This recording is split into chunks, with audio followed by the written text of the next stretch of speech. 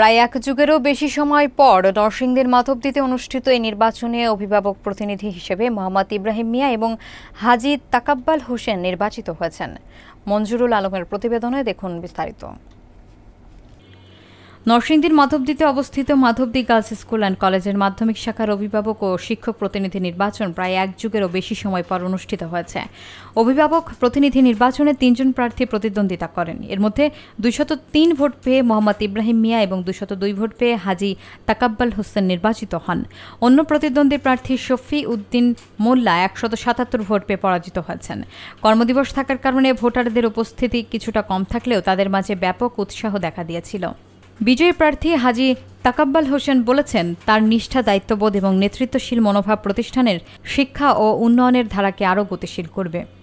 সুশিক্ষার আলোয় এই প্রিয় শিক্ষাঙ্গন আলোকিত হোক এবং জ্ঞান, নৈতিকতা ও মানবিকতার সমন্বয়ে গড়া প্রজন্ম গড়ে উঠুক। আমার নাম বেলা হোসেন। প্রার্থী ৩ স্কুলের মান আমার জানা মতো পূর্বের থেকে ভালো, এখনও ভালো আছে, আগামীতেও ভালো থাকবে, এটাই আমার কামনা।